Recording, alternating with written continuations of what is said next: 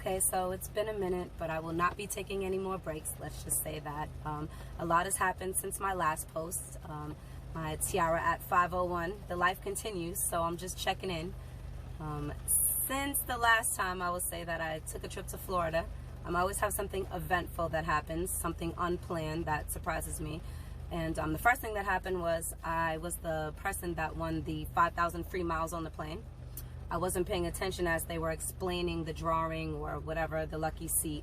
So when they came to give it to me, I rejected it because I thought they were trying to make me sign up for a credit card. So I'm sure everyone around me was laughing, including my kids. But once I understood, I took those free miles. Now that was a good thing. So it started off good, which I should have known in the tiara life. That means anyone that's ever traveled with me, I'm sure they'll weigh in on this. That means something not so great is going to happen. So you got to take the good with the bad. I mean, that's how life is, ebb and flow. So the next thing that happened was the Uber guy stole my phone. How did he steal my phone, everyone asked me. Well, we put all of our bags in the trunk. And once we got to our destination, we stayed at the W at Fort Lauderdale. He opened the trunk, and I have sons, so my son's going in the back to grab the phone, to grab the bags. And my phone must have fallen out of my bag. So he passed the kids the bags, but he must have seen the phone and grabbed it. They saw him grab a phone, but they thought it was his. Anyways, we jump into the hotel. Once I'm trying to check in, I see that my phone isn't there.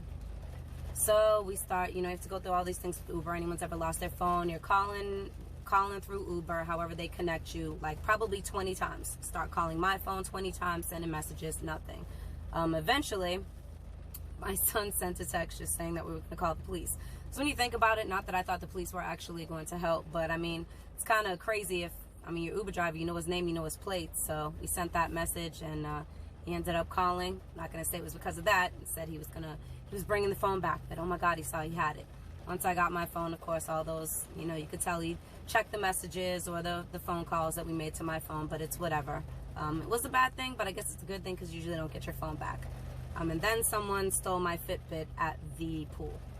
So we put it down, but there wasn't even a lot of people there. It's whatever, but it's part of life. And I don't always take it as a bad thing. I have to take it as a lesson. So anyways, those are my little trips. And of course I didn't have a seat on the plane home. So everyone thought I was crazy as they kept telling me to walk back and forth, up and down, looking for a seat.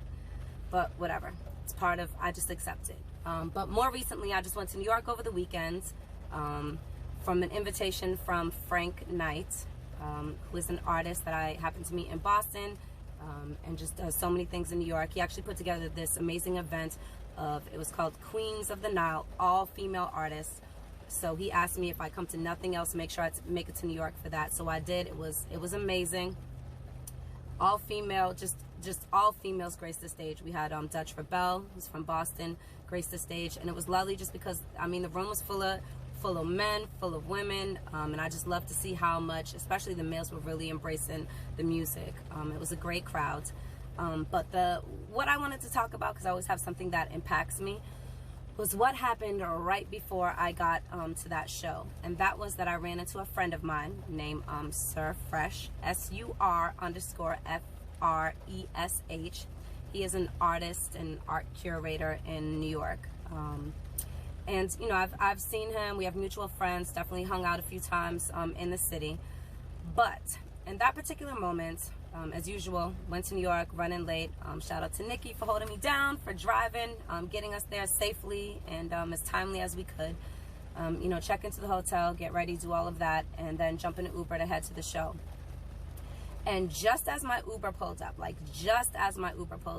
I saw Sir Fresh walk by. Now, mind you, this is not an area where I normally see him or where we have ever hung out. So caught his attention. We chit-chatted really quick, just really surprised to see each other there. And I told him where I was headed, and he said actually he was he was heading to the same event probably a little later. Anyways, saw him in the event. We had a really great conversation, just caught up, heard about some of the new things that he's doing. But it's not just seeing him there that was like the oh my God or the moment. It was the fact that I saw him just as I was pulling up and we were heading to the same event. Now here's the thing. if I would have seen him in the event, it would have been, you know, a surprise, like, oh wow, what are you doing here? It's never the crowd we're normally around. You know, it's not something we're both normally connected to. So it would have been you know, a coincidence or like random. That's how we look at it. But the fact that I saw him as I was pulling up, to me, there's nothing random about that. Like, I could look at it like it's random, but as big as New York is, and the timing of us having to pass by each other right in that moment is almost impossible, unless it was not almost impossible, it's impossible unless it was meant to be.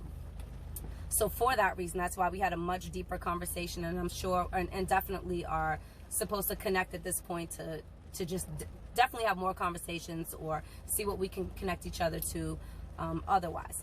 But in life, like, I never take those moments. I have a series of moments, I could name a million, just when the most random, coincidental things happen, and I stopped a long time ago looking at them as being coincidental or random. They were meant to be.